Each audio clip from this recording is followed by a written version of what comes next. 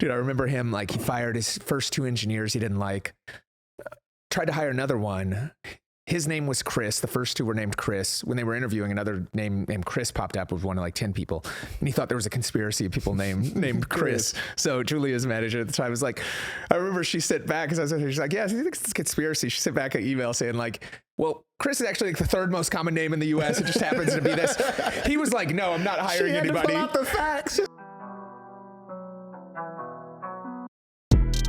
Welcome to Iman Amongst Men, powered by Cash App. We don't shy away from topics other people are too afraid to talk about. We go all the way there. Now let's get it. It pays to get paid on Cash App. Depositing your paycheck comes with protections and security features to keep it safe, including card lock and transaction alerts. So you never have to wonder what your money is up to. Instead, you can have time to wonder about everything else. Hey, Ahrii, what do you wonder about? Aliens, ghosts, government conspiracies, the nature of mankind, stuff like that. What about you? I wonder what's wrong with you most of the time. That's considerate of you. Anytime, brother. With card lock and transaction alerts, you know your paycheck is safe. And when your hard-earned money is safe, you can rest easy. That's money. That's Cash App. Download Cash App from the App Store or Google Play Store today. Cash App is a financial platform, not a bank. Banking services provided by Cash App's bank partners. Debit cards issued by Sutton Bank pursuant to a license from Visa USA Inc.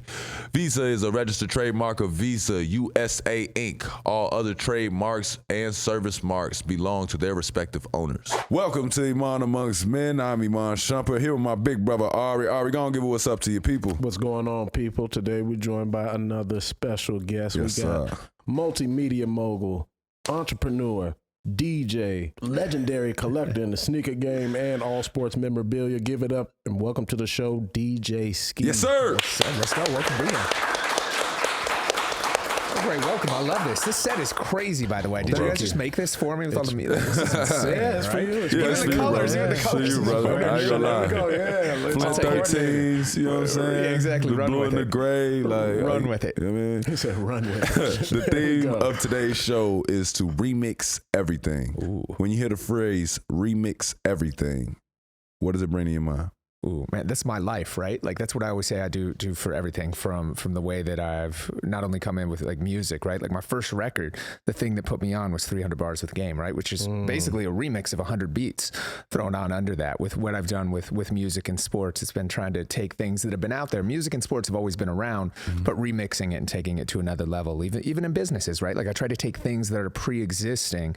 Even with what I'm doing right now with The Realist, it's pre-existing memorabilia, but we want to remix it and make it cool and bring it to the culture and elevate it as this industry grows. So really, that's what I am at the core, a remixer. Everything I do takes inspiration from something else. Even my cards that I did with Topps that were based on music album covers, right?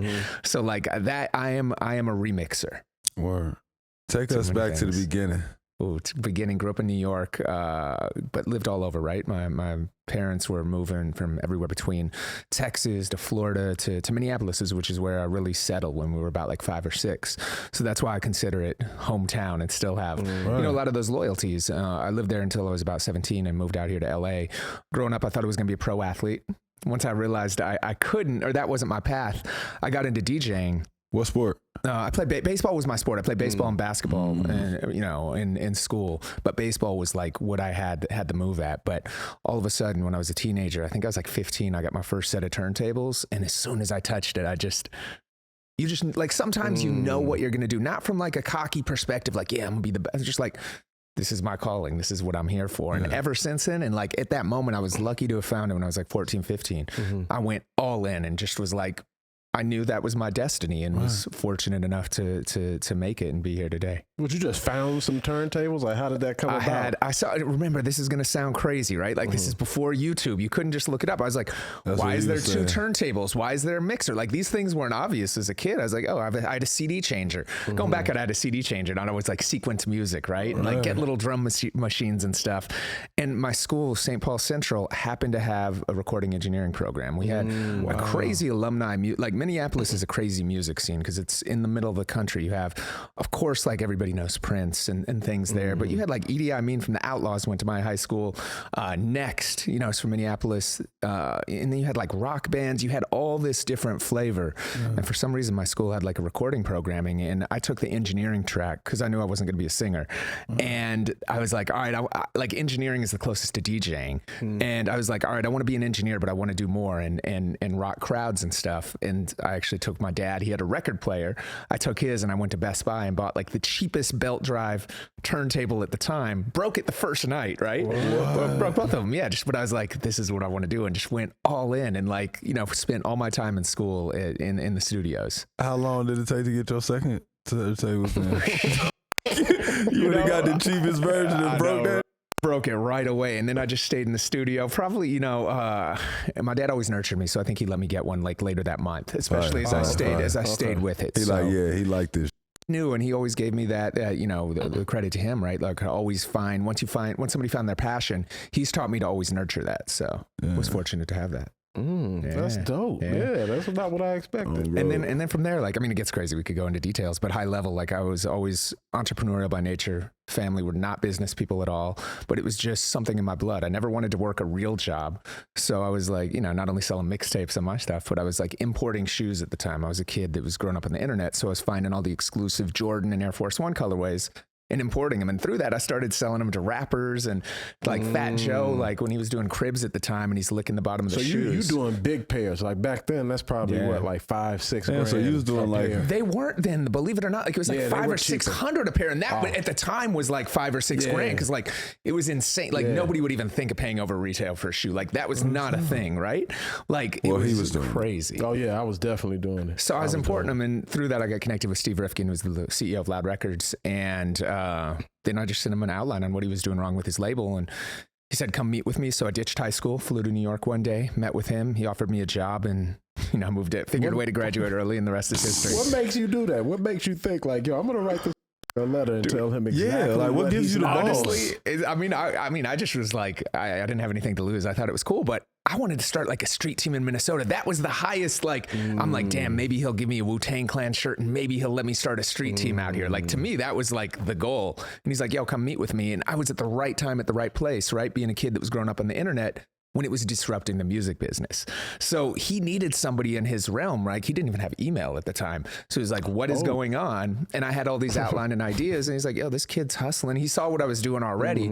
And, you know, I nurtured that relationship. It wasn't day one. So you became the streets man. You was the ear in the streets man. 100%. Yeah, that's raw as hell. Right place, right time, right? And low-key created your own lane. Like your own job. I didn't ask him for anything. I didn't ask him for it. Like you make it, you know, the best scenarios are when somebody comes to you. You don't want to pitch yourself on all that. Like, plus you didn't actually need it. So you could have turned him down. I was planning, like that was a crazy jump. Like, and it seems easy. It was, you know, the way the analogy was it was my version of going straight from high school to the pros, straight right? Up. Like, and would that opportunity have existed if I waited? Maybe not, right? So I had to jump on it. And that's not an easy thing, moving as a 17-year-old, right? Like, giving it all up, and I'd never really been to LA before.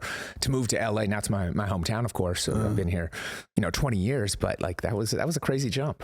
Especially looking back, like driving a U-Haul across country, U-Haul broke down. Oh, wait, I was like, you drove it? Oh, yeah. Yo, the U-Haul broke? Why everything breaking on my nose, man? Right? Hey, you got to get through those obstacles in life, right? Really too they just good. kept testing them. They kept testing. Let's see if he'll quit. Let's see if he can handle that. As you guys know, that's what I always say, the number one key to success. Because I always post the highlights and we all show the highlights. But for every highlight, there's 100 things that go wrong, right? It's how you fight through those things. And eventually you get enough shots up, you're going to hit them, right? Straight up. You know, Danielle LeCaragach told me when we was, it's a Dancing with the Stars thing. Yeah. But she was like telling me during the show, like, well, nobody knows you messed up. Like the scorekeepers might know from like, mechanics wise if you mess up, but she's like, if you literally did the wrong move, as long as you're smiling, working the camera, nobody knows. They think it's all part of the show. Like nobody really knows if you mess up or not. And that's the cool thing about like, if you can take that with you in life and saying like, when you fail, like a lot of people didn't even know you failed. They just saw you try it. They don't really know. They didn't follow up to see that you lost in the score column. But if you do it enough, people take you serious, one. And then when you finally do get that big breakthrough, You know what I'm saying? People are there to witness it. Like outcome, results. Straight up. But also just not being scared, you know, at the same time, like not running from that moment. Like you said, like you could have been like, let me just finish school and then I'll circle back with you. You know what I'm saying? Or I'm going to go see if I can do this college thing for a little bit. And then I hope that this job is still on the table. You know what I'm saying? Like you didn't do that. It's just like, I'm going to go with it. And I don't know. I guess it's like you said, if I was doing business with somebody, I want the sure shot kid, like somebody that can say, nah, this is my decision, I'm going with it. It's like, well, he got something to lose now because that man just put his future on the line. Straight up. Like, he just came here at 17 and put his future on the line. Get the best. I'm getting 4 years, bro. This man here is full of energy because you're right. His mind is supposed to be going into college and doing that. Took that right into there. I get it though. Being that young and just being that driven and focused. I mean, I didn't know any different. That's just how I was, and I always had kind of that hustler kind of spirit and energy, right? Like even the way that I made, you know, I was making my money. It's like I never wanted to work a real job. I wanted to go out and be different and do something. And by the way, like being an entrepreneur, well, we praise it. It's the dumbest thing that you can do on paper, right? Like my smart thing, like would have been risky. Like, yeah, it's not a 9 to 5. It's like a 9 to 9 where all the pressure and everything good. Like I wish I could just do a 9 to 5, have a solid job, go back, turn off work, know that everything like somebody above it has to deal with it. It's not all on you, right? Like it's just not how I was bred, unfortunately, right? Yeah. Like I almost think it was easier, but I mean, it was crazy coming out here, right? Like, and especially jumping into the industry, coming to LA, right? Like LA's a thing in the music industry and Hollywood and all that, and dealing with people and everybody in the company is like, yo, who the hell is this? And at the time, Loud was starting to go under. So I remember being like one of my early meetings, he's like letting everybody go. And I'm like one of like 2 employees that's basically like left to help this transition was Steve was leaving Loud and Sony and launching his new thing at SRC. So there was a window where it was just a few of us, right? And like there's a lot of jealousy and envy and people that were like just questioning like, oh, who this 17-year-old white boy from Minneapolis, right? That's like, why him, right? And now, of course, they're all best friends and things like that. But you got to see everything. Nice to you. Yeah, they love it, right? They try to do business and stuff. But I'm like, all right, it wasn't always like that. What's that like growing up? What did your father do? What did your mom do? Yeah, so my father they were both educators. So my mom, who passed away last year, was a teacher. She was an elementary school teacher and stuff. My father was an educator, and then he's gone on to, he was working for a foundation where he documented like, you know, all these ancient cultures. And what he found was like music was the core, kind of at the key to everybody from, he'd go out to the Bushmen and, you know, be with the Aborigines, be all over the world. So he got to see and do the craziest experiences. And through that, he was always a musician. He's an incredible piano player, kind of the foundation of that. So, you know, seeing and being able to watch that and see how music has inspired him and how it's the key to life kind of, I think, was always in my blood and my destiny. Yeah, because even when you speak, I hear the entrepreneur, but I also just hear a good, well-rounded human as far as like your experience and how you perceive things, how you're able to navigate things. It just seems, I'm like, bro, he got to come from some good people. That's what it was. I had some incredible parents, right? And there were ups and downs, like, you know, growing up. My mom was an alcoholic, so I was fortunate because that's what made me so independent. I basically had to raise myself for a certain amount of time. She got sober and was better, and we spent the back half of her life together. It was amazing, right? But, you know, I don't regret it. She always felt so bad, and I was like, I actually don't. Like, yes, it was tough at the time, and I would never want to put anybody through that. But I'm like, that's what made me who I am. If I wasn't, I couldn't have moved out when I was 17 and went through that. So I truly think it's like how you take advantage of situations that you're put in. And I'm like, if I had to do it again, like I'd want that, because otherwise I wouldn't be here today and have done those things, as weird as that sounds. No, right? It's the thing they say about the hero and the villain. Yeah. It's going to be the same story. It's just how you deal with the pain. 100%. It's all in how you frame things. And that's why I try to, you know, and everything, like you look at, like it is what it is. Whatever scenario you're in, wherever you are today is where you are, but it's how you look at it and how you frame for tomorrow. Is the glass half full or half empty? And I always try to look at the half full part of it. So we was, you know, joking around about it on set. When do you sleep? You know, I've learned how important sleep is. You know, this is an athlete, right? Like you find ways, and you have to make your schedule work through those things. I'm a napper. Are you? 100%. Yeah. So it's like finding those little windows, especially, I mean, NBA is the toughest of all sports because people don't realize. And when I talk to people when they first get in the league out of college, that first year, the adjustment of rest, right? Because basketball, you're there, you got to do the press yeah. conference, you're going coast to coast, right? Like it is a grind. So you kind of have to find ways to do it. And the same for me, right? Like it's especially when I was like, you know, heavy, and I still travel like crazy, but I try to make sure that I set the right flights, that I can have those windows, because I know I'm not going to function, unfortunately. If I've learned that I've ran myself thin, and you just have to find a way. So you kind of just got to plan for it and make it a part of your routine, right? Like the same way you would something else that's just as important as everything else that you do. It took me a little while to learn that, but what's your definition of being a DJ, and how did that change over time? Definition of DJ, I mean, at the core, right, like is somebody that plays music and entertains a crowd and provides the ambiance. And I think it's changed over time because, for me at least, right, like as I've changed and evolved over time, it's been almost somebody that's in front of curating things. You know, I've been fortunate where I got known for playing a lot of these artists first, right? Like doing Kendrick's first mixtape, booking his first show, first interview with Post Malone, first interview with Gaga, and introducing those people. And I kind of then started taking that same theory and applying, you know, I always had, again, I'm not the one that's like making or identifying it. These people are already doing it. I was just good at really seeing an opportunity, like a trend right before it exploded. Not too early, but usually right before it exploded. So I started applying that same thing with business, right? And investing in companies and working in, you know, helping introduce like Beats by Dre back in the day, right? Like when there was, I think, one employee at the company. We were the ones doing a lot of the marketing there, putting it on the music videos that we were shooting. And I just knew, I was like, headphones are like, everybody's just wearing these generic ones. Like there's such an opportunity. There's this brand, and kind of went out and introduced it to the world. So I think as a DJ now, it's your job to, and you can say the same for sneakers, even what I'm doing with memorabilia, to kind of introduce what's next to the world, the same way that I have with music. But I think DJs have always been, you know, traveling sneakerheads, right? Like going back to AM, rest in peace. He was one of the biggest sneakerheads. And before, like, that was a scene. And you look at look at Khaled, right? Like he's introducing the world to so many things. So I think it's kind of evolved over time as DJing's gotten more, you know, about less than just the music, and anybody can DJ now, right? Yeah, but what does it mean to you now that it's not that? Like DJs used to drop records. Yeah. Like this, they're gonna break this record. Y'all ain't heard this record. I'm bringing you this record, and I'm telling y'all, no matter what y'all doing in the party, stop doing what you doing. Listen to it. Then you hear it, and you like, oh, he played that. You play it 3-4 times with your over there, and we only got that copy. Like, do you miss that?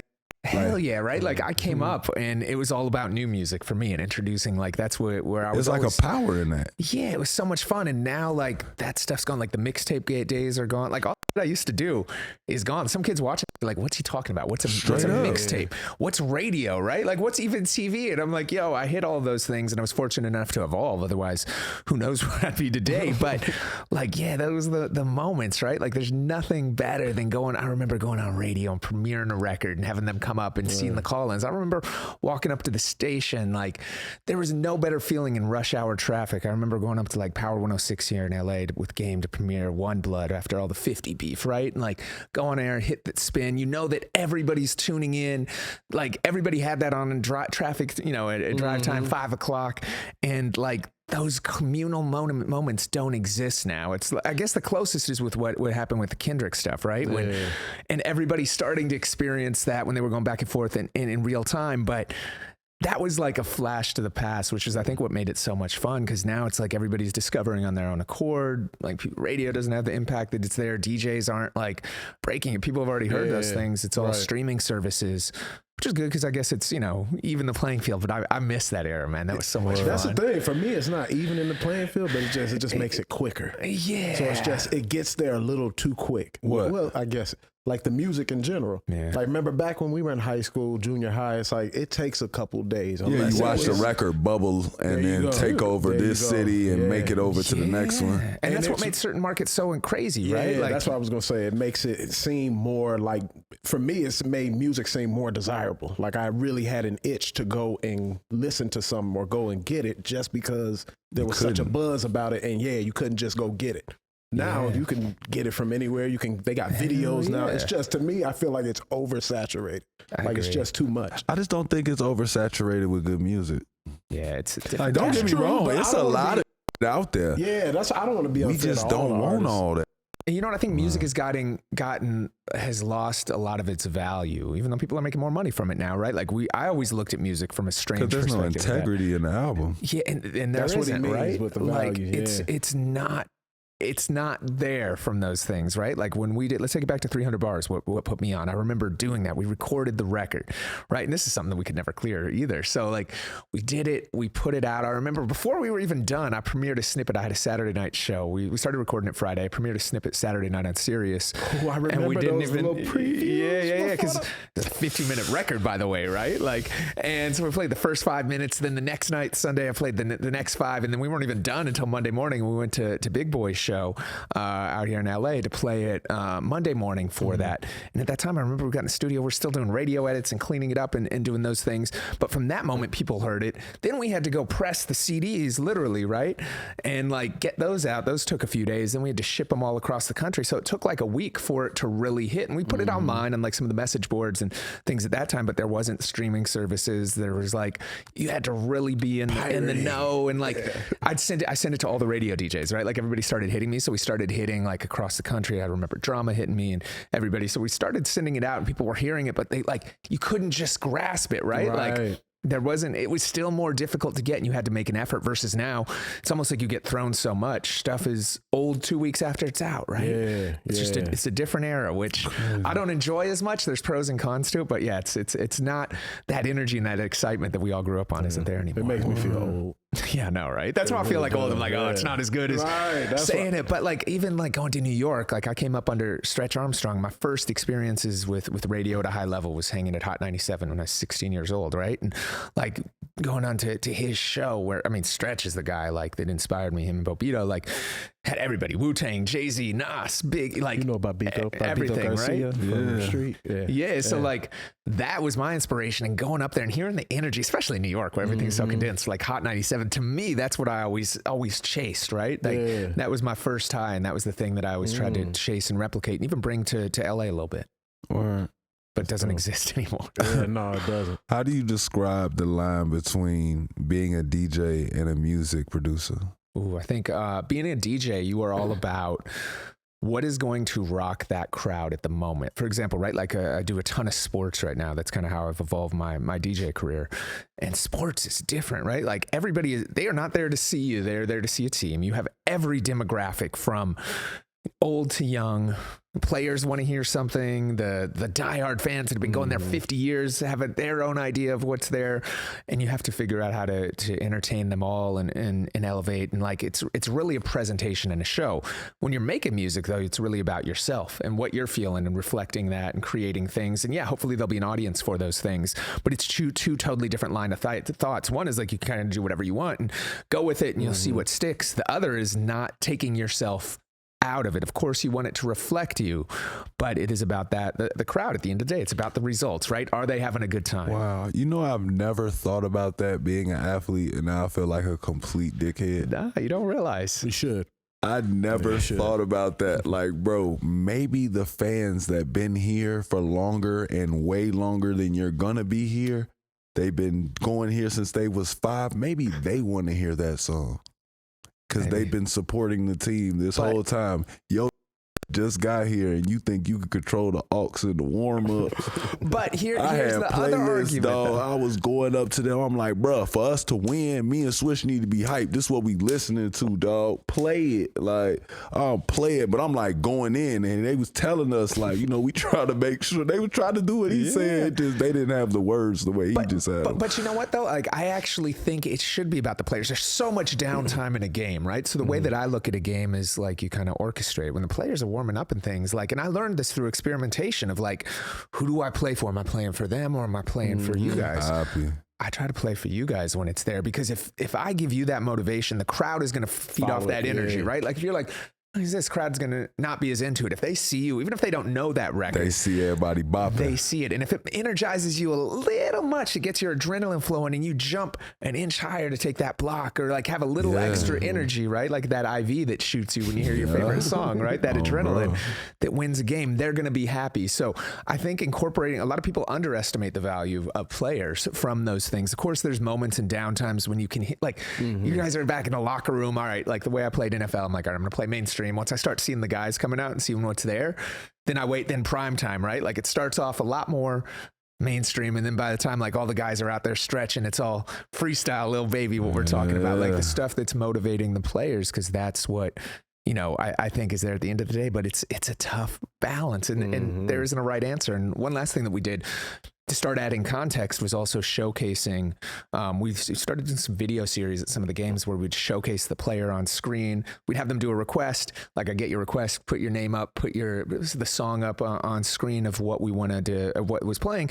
And then it added context to the fans. They're like, oh, that's why they're playing that track. Because they wanted to, like, you know what I mean? So, like, adding context, I think, is so important. I'm just hearing an old white lady turn. Oh, my God. Oh, that's why Oh, they play this bro. Oh, my God. Oh, Got it. Like, turn that up. My hitter. But what do they want? They want their team to win. So if I'm like, yo, this is going to make them win, that's what we should be playing. I'll never forget being in New York and doing, like, we would do certain stuff that just the song might have hyped us up to do. And then you start seeing the kids run to that corner and they doing it. So where damn near we start looking in the crowd, whatever the kids was doing, we finna go on the court and do it. Yeah, like it's the energy, right? Yeah, like, it's weird. TikTok, right? Yeah, it's like they could turn anything cool, and I'm like, bro, they doing stuff like that. I'm trying to do that on the court. I just get that relationship when you playing, and they like, no, we telling y'all play this, and we like, bro, we ain't playing that here. And then the DJ playing, he like, I get it. We had the white lady moment like that, where it was a song that you played in particular, and you saw everybody's reaction, and you like, there we go. Yeah, I mean, you kind of see. I'm trying to think of Phil Collins, big one. Phil Collins. I mean, for us when we play Michigan, right? Like Mr. Brightside. There's nothing. It's the biggest stadium, and there's one bigger stadium in the world. So it's in India. It's a cricket stadium, so we're not going to count that. So we'll say the biggest stadium in the world outside of India. And when you have 112,000 people singing that, right, and cut it at the right point, I mean, that's electric. It's about a minute 12 in, but it's just the price I pay. Then the whole destiny is calling. Oh, so you let them say price? They sing that whole frame. So I cut it right there. Right? I thought you meant cut beat. You said you cut music. Cut everything. the music, and the crowd sings it for the right until they're open up my ear because I'm Mr. Brightside. Nothing better. Players are. It's like the electric feel, right? Like. By the way, one of my favorites. You listen to Electric Feel at your drunkest point in college at like a college. You spent some time in New York, obviously. Bro, like coming out of college, dude, I had gone to. That album's so hard. I had gone somewhere and they played that I already liked the song. You know what I'm saying? It was a cool song. But Brittany Smith, she showed me that video. When they brought down the moon juice and they handed out moon juice to everybody. And I was like, you know what? This is some of the coldest I ever heard in my goddamn life ever. Boy, you play that in a stadium the way that.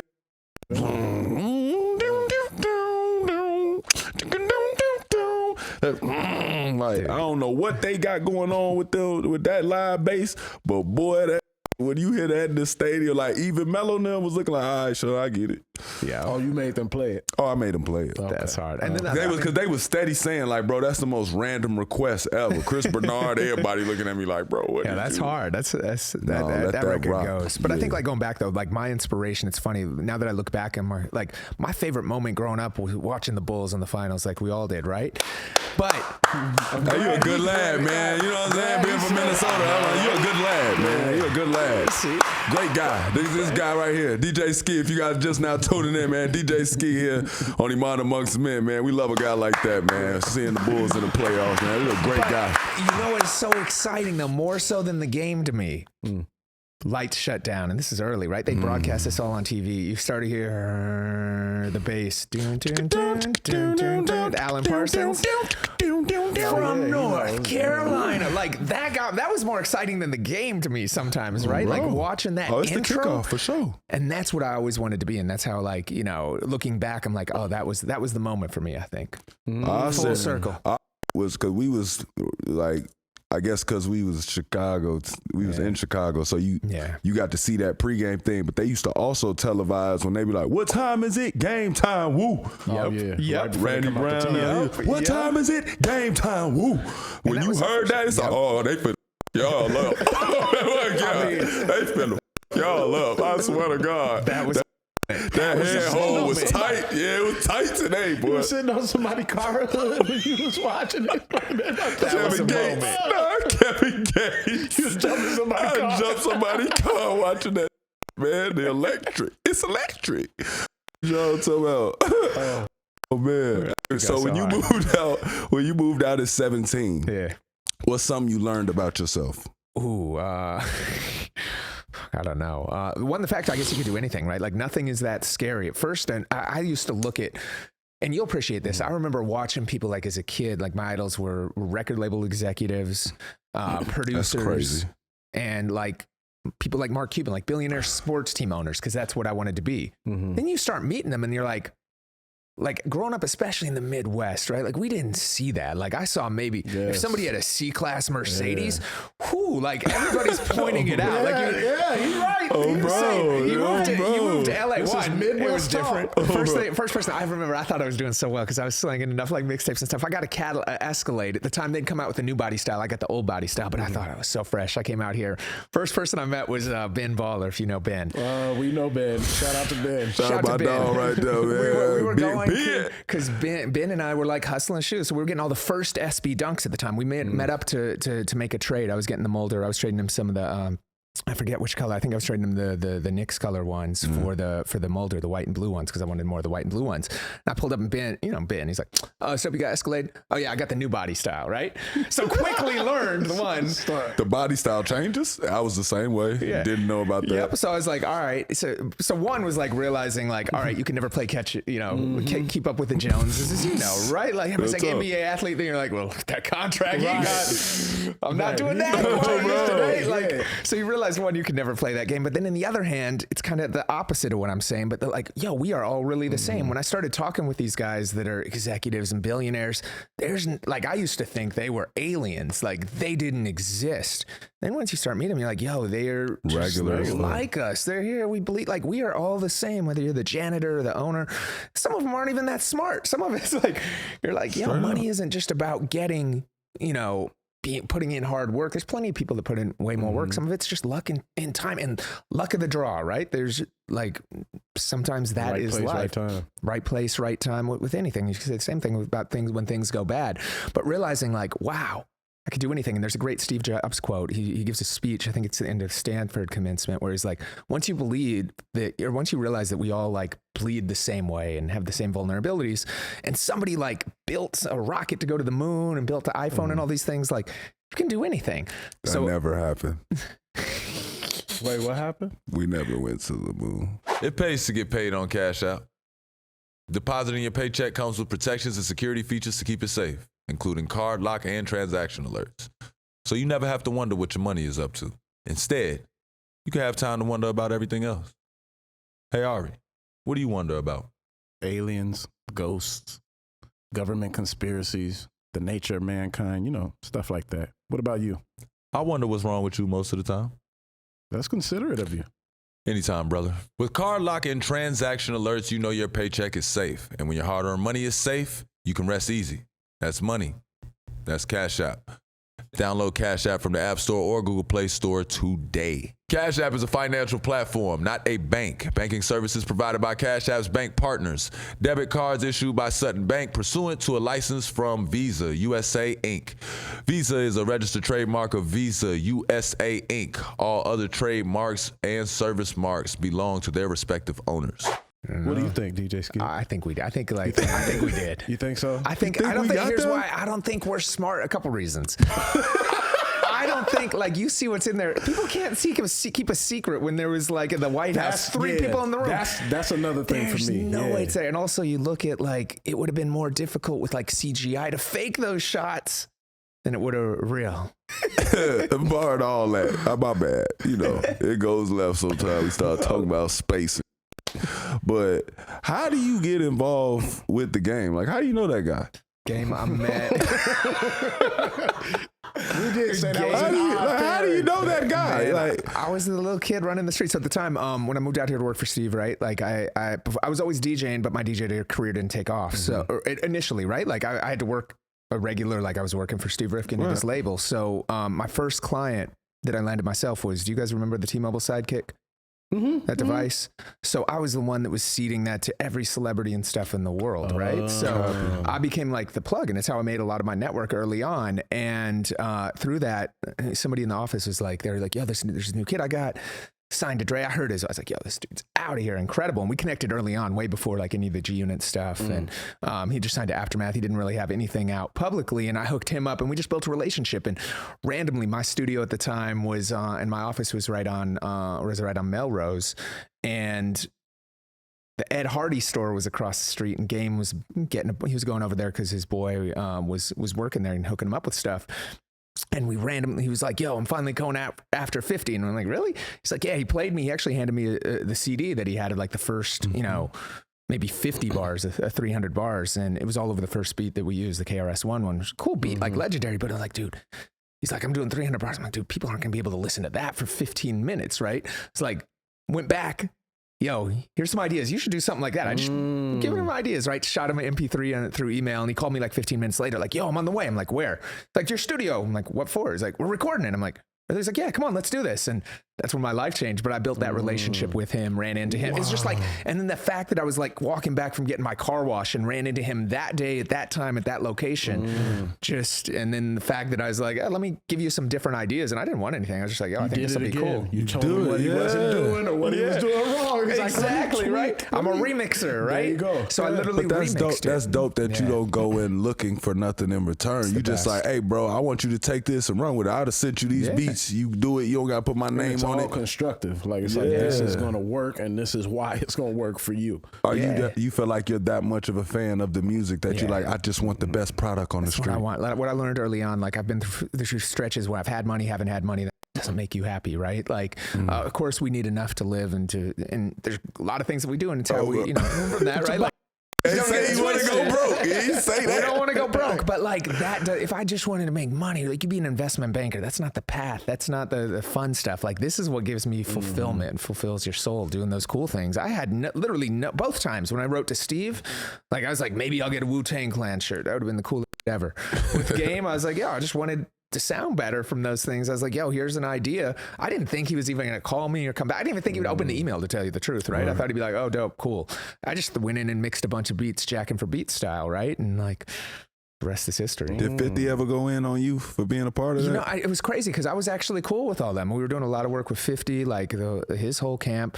I had no issues with that personally, but and it was tough too because I remember then I was like, produced it, and I thought I was just going to be the ghost producer. And then Game's like, nah, and to his credit, right? Like, he gave me that shout out and put me on in a major way, right? Like, as that producer. But then I was, do I really want to be this? Is this the record to do it? But I realized, like, look, especially at the time being a DJ, there was no $1 million DJ contracts in Vegas. Being a producer and like, it's tough to get your name out. And I was like, this is my crack in the door. I'm going to use this, and I don't want to be just that, but this is how I have to almost like make that, get that lane in. So I was like, part of it's being like a young, dumb, like 20-year-old, 21-year-old. Yeah, it doesn't care. But I always like, I never, like, I was the producer. I was the one that put out the music, right? And was definitely clearly like choosing sides, doing the Game stuff. But it was a product of the opportunity. Like, I had a friendship with Game. I knew both of them. 50 already had Who Kid, and I'd known Who Kid forever. But I was like, all right, like I got to go and roll. But I was never one sitting there on records banging and stuff. I was just the producer putting those things in. Of course, like, there were moments that got heated. I remember I learned a lot about life, and still to this day, you check your lane to make sure that you have enough room. You stay in the left lane, right? Like, there's enough room between the cars to peel out. Like, stuff is real. And like people actually died in that beef. Like in retrospect, I'm like, dude, I'd never do that again. Right. But I never like got on and, you know, like I'm sure obviously like 50 doesn't love me and those things from that. But I personally don't like have beef. I was, you know, a producer, same time when like, you know, Ron Browse made Ether and stuff. Like, yeah, you're there, but you're not the one saying it. So like, right, you made the beat, yeah, you and had it over here. You played it. They pick one, yeah, and it's there. And like, look, that's my opportunity. So of course I'm rolling with, especially as my DJ. This is the only chance I have to get on. 50's never going to put me on as a DJ. He has one.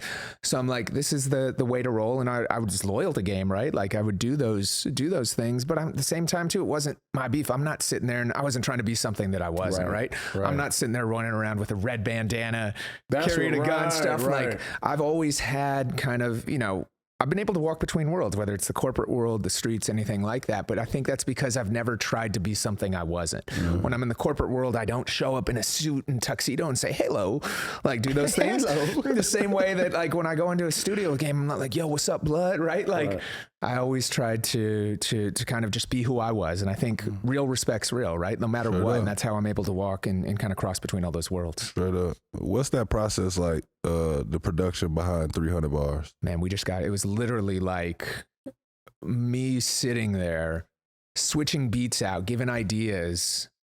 Game would come in with a bunch of crazy lyrics. Then I'd go and add a bunch of effects. So if he shouted out, Game, of course, would always like be shouting out different records or songs and stuff. That's his style. So then I'd go add layers on top of that behind it. And we just stayed there for about 48 hours straight and got that record done. And I didn't know who was gonna put my name on it. I thought it was just like, oh, that's like, yo, this is fun, right? Like I was having the energy of it.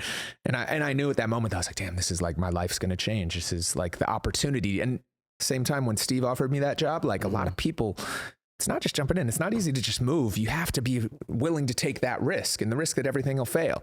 Same then, I was like, all right, I've got to go all in on my DJ career because I never know if you're going to get an opportunity. There's a million other DJs at the time. And you know, I was like, all right, let's roll. Minnesota guy. Yeah. Hard hat. What's one of your Prince stories?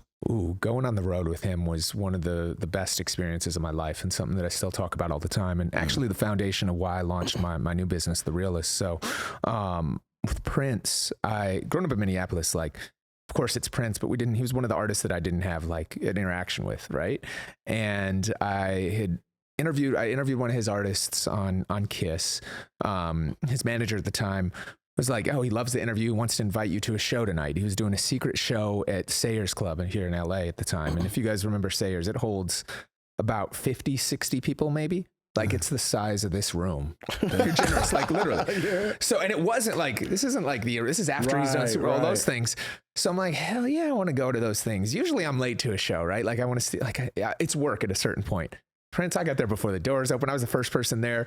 I was no further than us right now to the stage, right? Like, and it's literally like a room. The stage is like elevated that much.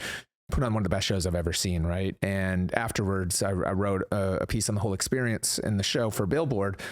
Prince loved it so much that then, you know, his manager reached out like, yeah, let's go to lunch. So we go to lunch and he's like, yeah, he wants you to go around on this next tour and write a tour book on him, right? On this tour and where he is in life. I'm like, really? Prince? They're like, yeah, let's do it. And he was doing House of Blues style venues. It was a West Coast run, so it was easy.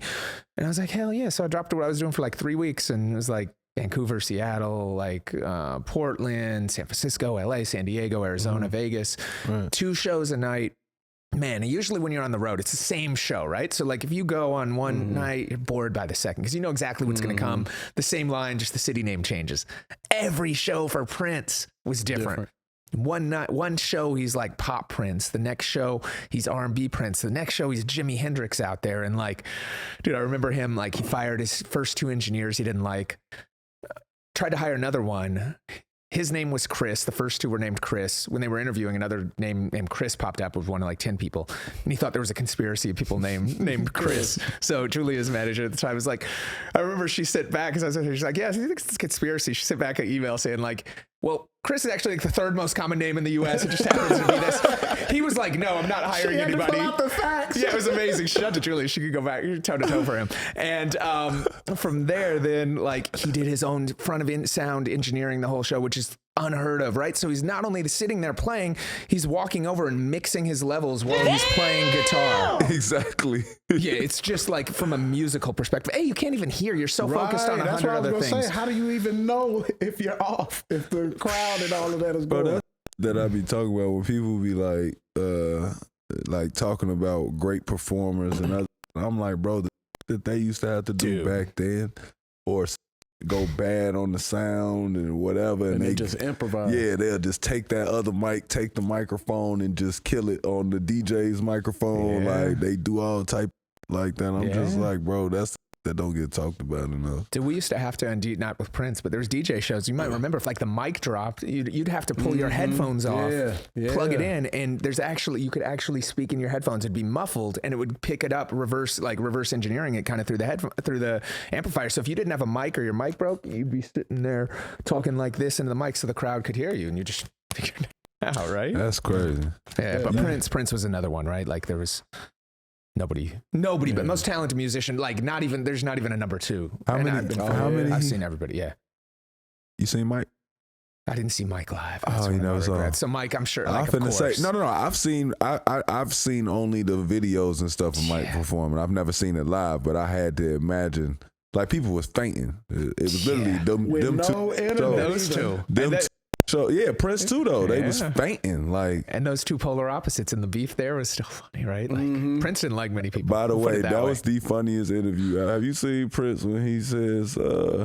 He said, I was supposed to be in that video, and I was going to be in that video for Michael Jackson Bad until I read it, and it said, yo, bud is mine. And I said, who's saying that to who? Because I'm not saying that to him, and he's not saying that to me.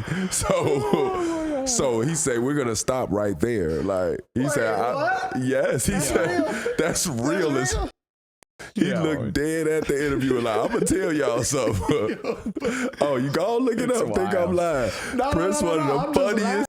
One of the funniest interviewers ever. Like yeah, but he knew what was it. He was in on the joke though too. That was what's so great behind the scenes. Like he kind of knew, and he'd set those things up. Like he was that, but he knew what he was doing too. He was very clear on what he was doing. Whether he knew what he was doing or not, that's incredible. Oh, it's amazing.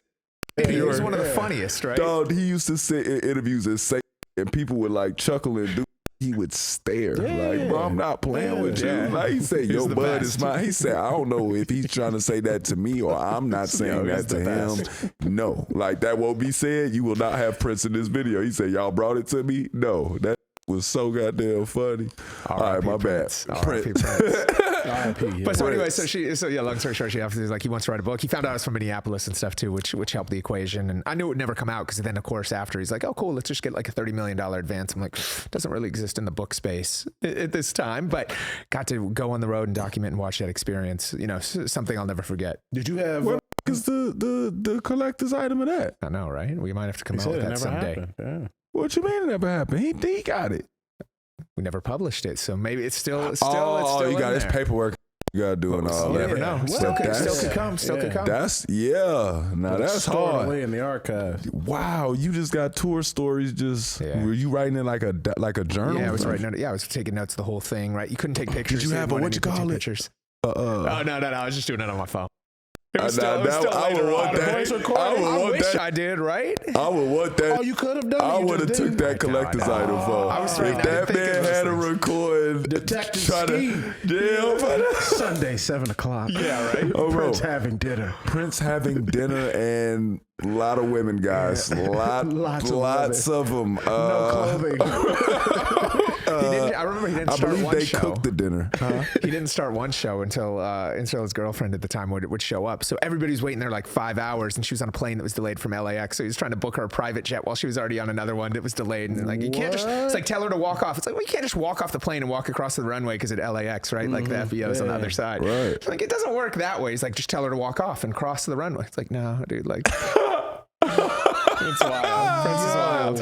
What? That's money. And then he wouldn't start the show until she arrived. She showed up like 12:30, 12:45. So everybody's just bugging out. And 4 hour delay, 5 hour delay. And then went crazy. What were you doing? Were you scared? No, I know that. I was like, It's like whenever like, you this is start. great. I'm like, this is I know great. this don't have nothing to do with you, but like, at the this same is time, great. though, it's just like, is this gonna like? Is this there gonna be a before? riot? Is this before concert halls was having you pay if you just went way over? And I don't know. You know, it's such small I don't venues. think it was a thing. I don't think like They I were think just he happy could to have kinda him. do. And he can do what he wants. Yeah, it was They just- gonna wait for Prince. Everybody And ain't he showed Prince, up and yo. put on a For great all show. you Nobody young, complained. for all you young artists, don't do that.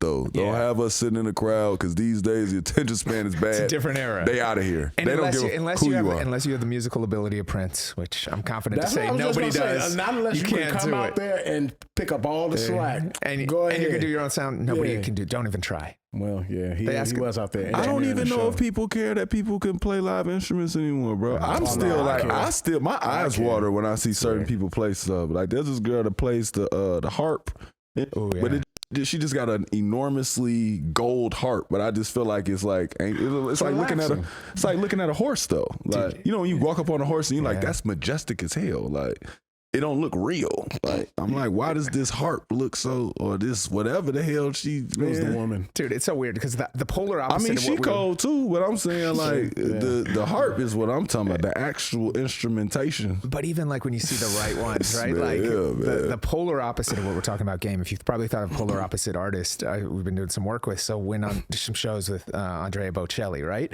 And just I never thought like it's my life's That's crazy. Yeah. But how just do you know this watching guy? him sing, How do you connection. know Shout that to my guy? guy IS who hooked me up over there. But like and watching him is just on another note, like the greatest voice. I used to work at Target, Insane, and people, right? it'd be like older Italian people, like squaring up. Oh, for yeah. the last CD. CD. Oh, dude, Yeah. he'll make you cry just like opening it. Christmas album used to shut down, Yeah. and I used to be like, "Who is this?" I'm like, "Yo, who Hey, you is remember when this Target dude?" had the headphones so you could preview Yeah. that?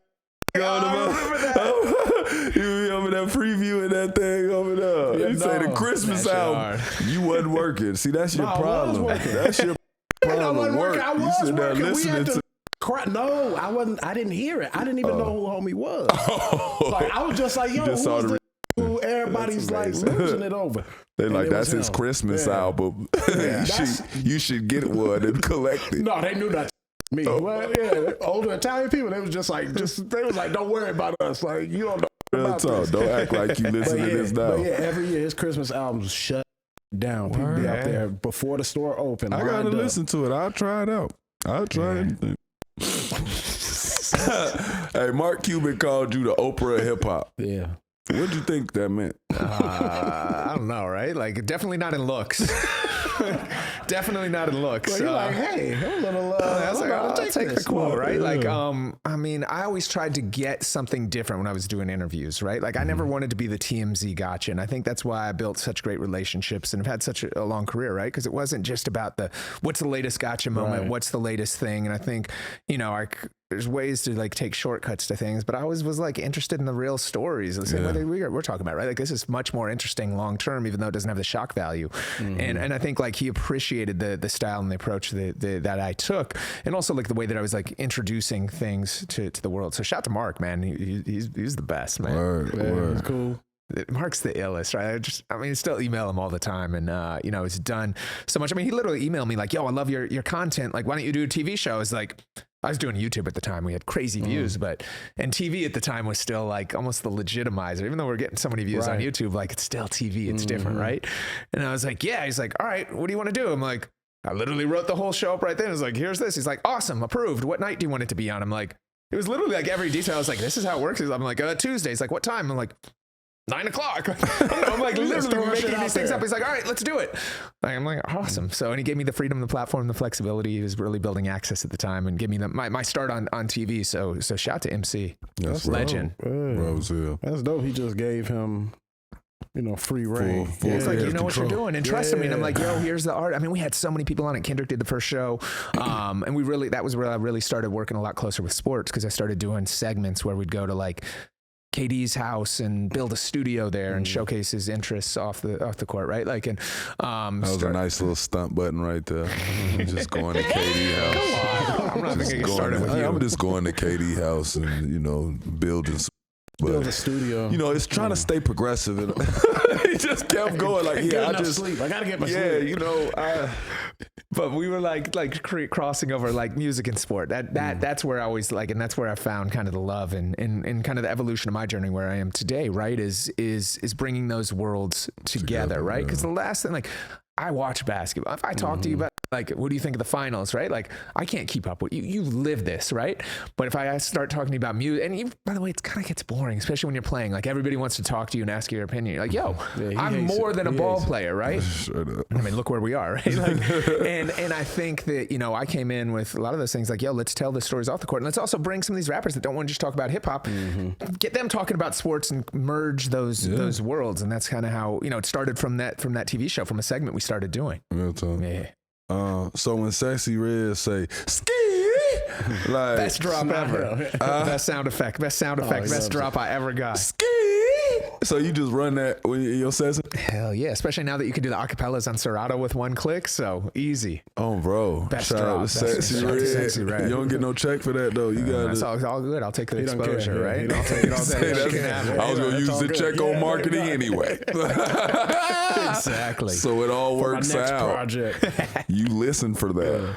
You talked a little bit about trust, and I think it's a little important in your story because a lot of people put a lot of trust in you. Mm-hmm. Do you like feel a need to give that back and to like trust other people as much as you were in the past? Yeah, it's a good point. Like, look, for me, I think I get more enjoyment and satisfaction after like helping put others on and do that and trusting them. But takes a while and it's tough out there to trust, right? Like that's a challenge with anything. And I built that up over the years through proving it, right? Like in our studio, we had video cameras. There's artists that we had doing wild that I'd have to go to the artist and be like, yo, why are you doing this? There's camera. It's not me. It's like, all it takes is one security guard. Like, don't do this, right? Like, didn't put it out. Could have made crazy fortunes, right? But it wasn't, you know, I wouldn't be here today in the same way, and people wouldn't trust me the same way. So that's how I grew up. But it's tough. It's a different generation, and everything is documented now too. So like, it's a different era, but I try to find those and help others and at least show that, hey, there's another way too. It's not just about the clickbaits. Let's get that depth. And I think that's what we're talking about with music earlier, right? When you brought it up, is like, how do we get to more of the substance versus just the headline? Have some integrity. Right. Bro. As you know, I mean, you got stories too. We're not even gonna get Straight into up, them, right? Straight up. And you've seen some players talk about them public. What?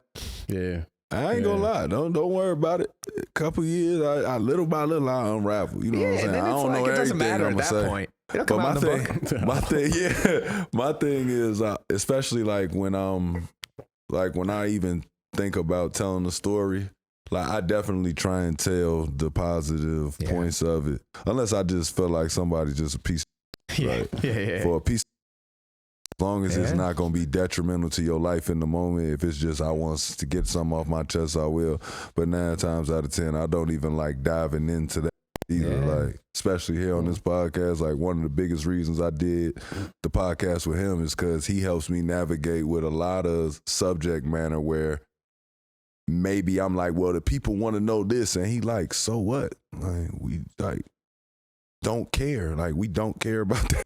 Like at all. Like we're not gonna listen to that man's music based upon that's in trending topics right now that we finna forget about in 2 days. Like why waste a question on that when the man already here? We got a good vibe going. Like you don't want to. I don't personally. It could blow the interview. I've definitely been the guy sitting in the interview that's sitting there. I'm having a great time. And then you ask that one question that I just like. I'll just get the looking off. Finding my people, get to making that eye contact, like, oh yeah, like somebody give me an out. That's the way. I mean, you've been through it, right? Like, and you're not going to mess with them again. And then on the other media hand, training got to kick in, and you might get some. They might get some short-term headlines right from that, but that nobody's talking about that now. Nobody gives about what happened a couple of years ago in those things once you're through those like TMZ cycles. But you know, for me, some of the great things is I still see every day like popping up from old interviews. Like one of the best ones I did, I remember, was with Busta, and he really broke down like the story of him and Jay and DMX and all these things growing up together in Brooklyn. And like that story is forever. And that was one, like he hadn't said a lot of those things ever. And to still be like in there as that historical documentarian, I guess, of what happened is much more impactful long term. And why I have a different relationship where it's love when I see them versus like those people that did that to you. What happens when you see them now? Oh, I can't wait. Yeah, exactly. I can't wait. DJ Skee. Can't wait. Oh, bro. Yeah, Ski. Huh? Hey, we get to them top fives. Top five mixtapes of all time. Let's go. I'm not going to do any that I've done because that's I'd be make them your favorites though, so you don't have to feel like it's like the best work ones by that I've person. done, or it could be ones? any. It could be any, but make it your favorite ones. Okay, I'll include a couple of mine and a couple of others just so I can have both. So for mine, I would say my favorite one is the American Godfather, the Jay-Z one that I remixed. He did American Gangster Movie. I took a bunch of producers and we took the Godfather music and only took samples from the Godfather, which is one of the best soundtracks ever, and remixed Jay-Z's vocals from American Gangster with Godfather beats that I thought were harder than American. I think it's I've better never than the real heard album. that. Low key, like. Exactly. It's the mixtape era is a bygone. That's my favorite one that I've ever done. I forgot that they were doing that. You remember when Jay did the Black album and they made the Gray album? Yep. The Gray album It was inspired by that. So cold. That's where, again, I was inspired by that and remixed, again, my favorite movie probably ever, like Godfather. And the sounds and the songs from Godfather bring two movies together is crazy, though. Because they brought two genres together with the Gray. But to bring two movies together. It was really sick. So I love that. That's one of my favorite projects ever. I'm going to go down the list. I mean, Clue was such an inspiration because he wasn't like the DJ's DJ where he was like mixing records. He was the one that was breaking records and the one that really like took being first on a mixtape to another one. So I'll say, I mean, I'll give some people that they can listen. Just go listen to The Professional. It's not like the mixtape, right? But that's one that's on streaming services, so you can go listen to it. This is like official album, but there's some great records on there. But Clue had so many runs. I mean, it was just like every month you'd want to get those things. I came up like with Stretch and Who Kid with like the Murder mixtapes. So like I got to give, the Murder mixtape series, Stretch and Who Kid again. They were doing the same with Clue, but a little more mixing, bringing in some more freestyles. Like they would have the first 15 records would be like each artist that was hot in the world right then got, 1632 bars to just like spit over other beats. So it was just like you'd wait for that, then the records would be after, and it was only things that you could hear there. So that would have to be up there. I mean, I'll go with, it's tough. I'm gonna choose one drama one, right? Like let's do, I think the Jeezy one at the time, right? Like Trapper, like still the intro. All right, no, he got one more. You got one. That's 4, right? Right, that's 4. It's tough. I'm just trying to pick those. Oh, you know what I'll say? I'll say it because he didn't get his just due, but Crazy Tunes. DJ Crazy Tunes from out here in LA. He was Cube's DJ. RIP to C Tunes. But incredible DJ. Probably the best produced mixtape ever. Go listen to CT Experience. You're not going to find it on the streaming services, but he did all that. It might be on SoundCloud. Yeah, SoundCloud's got a lot of the mixtapes. So all the mixtapes you're saying. That Piff is still kicking. Yeah. So like, I didn't know that. Go from a production quality, because not only did he get like Cube and all these people to do like freestyles, but the way he mixed it and cut in records, like blew my mind. So CT Experience production wise, maybe the best like mixtape ever. And a lot of people don't know about it. So I'm going to list that as top 5. I mean, I could say it forever and talk about mixtape. Yeah. I was just so hurt that once I heard DJ Drama, I just knew you was going to say Dedication too. Oh my Lord. It's tough, right? But I'm going to say like for me, especially at the moment. I remember the Jeezy time. Like Jeezy ran the world. I was like, it was that time. Jeezy's wave reminded me of Future's wave so much. Wow. I remember Jeezy hitting, everybody had the snowman. Everybody wanted to wear the black tee with the snowman on it. And the black ones. I remember that. And I was saying, I'm not with it. Yeah. I'm like, bro, I'm not with it. Like, I don't get it. It was real. And then I heard that Thug Motivation. Was it Thug Motivation? Yeah, when Thug Motivation, because that was the album. Yeah. Thug Motivation dropped. I came right before. And I felt like I had some sort of hatred toward Trap. I don't know what it was. It was just like everybody was too fanned out too fast. I'm like, I ain't heard. That was a moment. I'm like, this is, boy, they played that Thug Motivation. And I was like, oh. Like, it just felt so elevated. The studio sound, studio sound was like Cause him on the mixtape, it just, I don't know, something about it, I wasn't with it. And it didn't hit the same way though. But like, back then I didn't even sure understand it. I didn't understand the dirty sound of a mixtape. The mixing ain't there, the mastering ain't there. Rewinding shit, talking over it, right? The drops. Like you ain't understand it. When I heard his album studio sound, I was like, oh my God. Yeah, it was different. Yeah, he the one. And I think that's what helped me, right? Like I started off as an engineer before I DJ'd, so I always had some of the best like audio mixes on my mixtapes, which I think really helped me a lot early on, because at the time, like, it wasn't a thing. Like I grew up on Pro Tools. Like I'm a Pro Tools still like wizard. Any day you throw me in I could go like cut for cut with anybody in the world on that still. Word. Yeah. I like that, man. We're gonna find somebody that can organize the new verses. Right. You want it all legit. By the way, I have that on Call of Duty. Like if I'm killing in the middle of doing a finishing, no, it's a finishing move, but I got a soundboard now. So while I'm finishing you, I just take my hands off the controller. Like you want it all legit. That's hard. It's cold as hell. See, that's your version of being a DJ. You got the soundboard the same way you. I be DJing effects, too. Right? I be DJing. Well, I'm learning. I'm learning how to DJ. Anything you need, let me know. See, don't tempt me now. Don't tempt me now. We gonna have to do a live stream of me learning how to DJ now. I'm gonna go crazy. Top 5 interviews you've ever done as an interviewer. Top 5. Top five. Let's have, I'll say Busta, because we just talked about that, right? That was a great one. There's been so much that I've seen. We'll say, I'm trying to think of moments that really were impactful. I mean, doing like Jennifer Lopez, right? Like just being like with J-Lo, like growing up, that's wild. Yeah, just because of who it was. Not that I got like anything crazy. I remember there's a funny one I did with Rihanna when it was the day the iPad came out. We were talking about, she was like, what's an iPad? We go through this whole thing. It's like, now you're like, how does she not know what it was? But it was like hitting people with things when that came out. Wow. So you got a clip of Rihanna figuring out what an iPad is? She's like, what's an iPad? Wild. She's like, if you look back, you're like, it's hilarious. That's funny as hell. Let's see.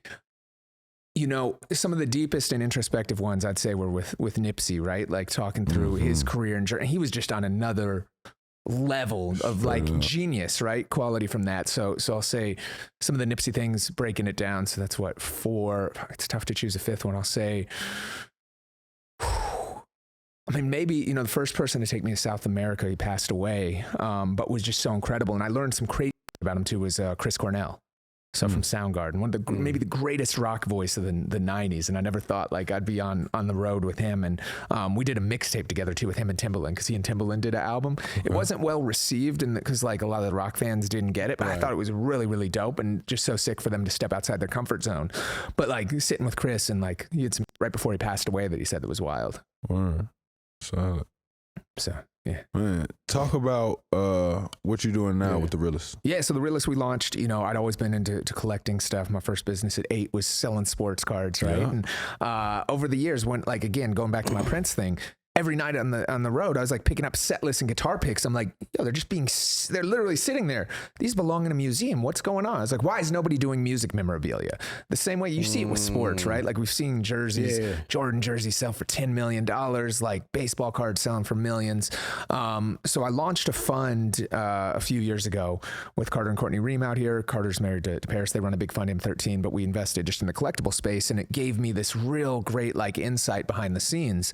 The first thing is, especially for memorabilia, we realized, like we looked at the data, the FBI did an investigation, and they claim that up to 9 out of 10 items in the market are fake.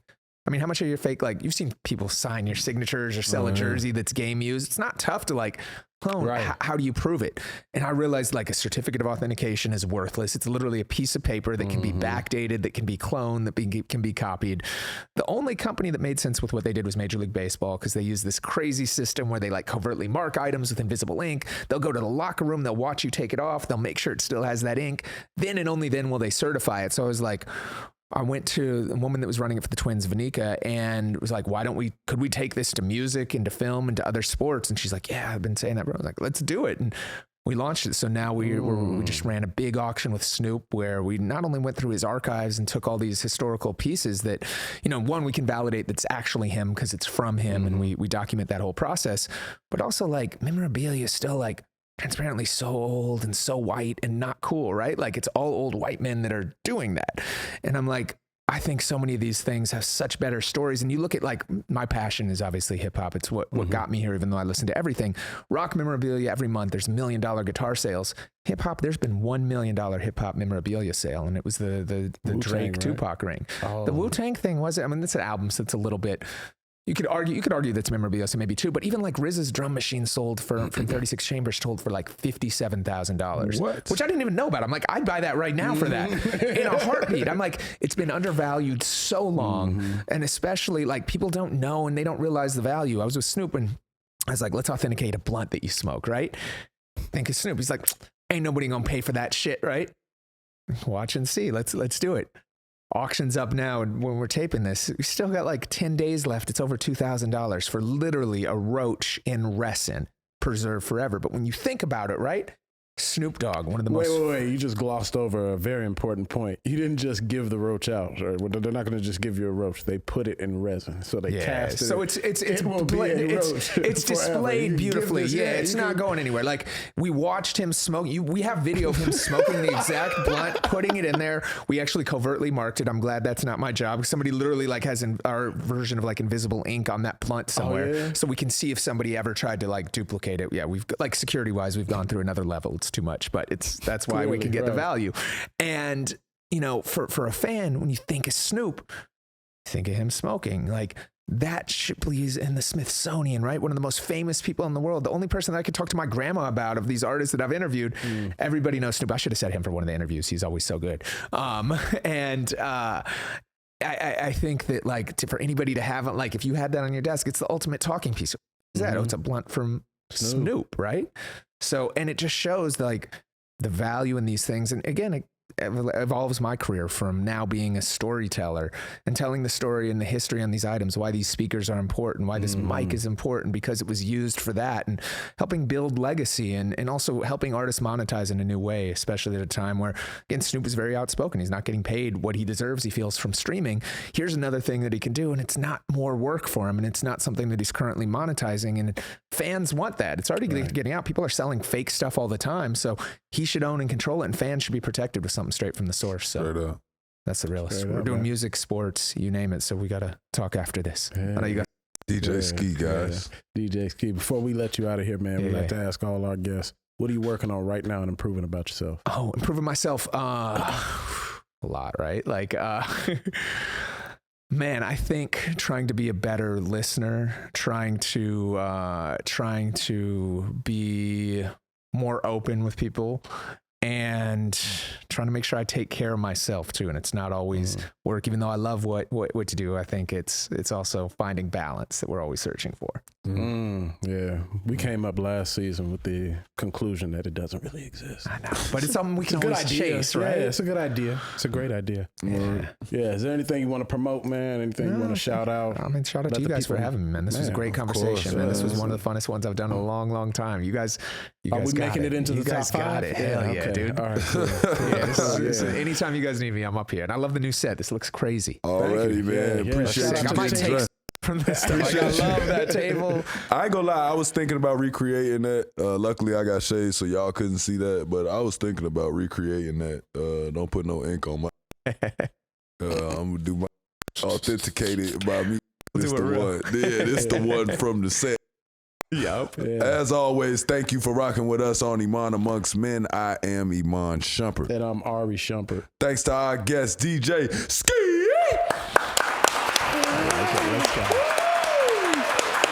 One time for my man, DJ Skee. Appreciate you coming through, man. Make sure to rate 5 stars, review, and subscribe wherever you listen to your podcast. And to watch the full video episodes, you're going to head over to YouTube, search Iman Amongst Men, and click subscribe.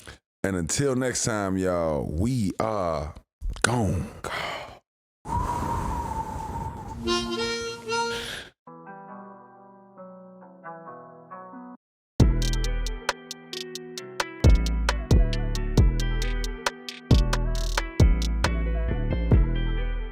It pays to get paid on Cash App.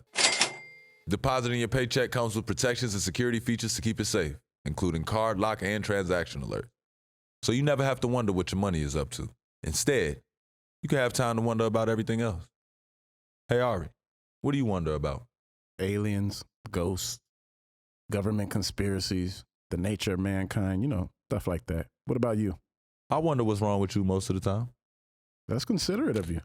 Anytime, brother. With card lock and transaction alerts, you know your paycheck is safe. And when your hard-earned money is safe, you can rest easy.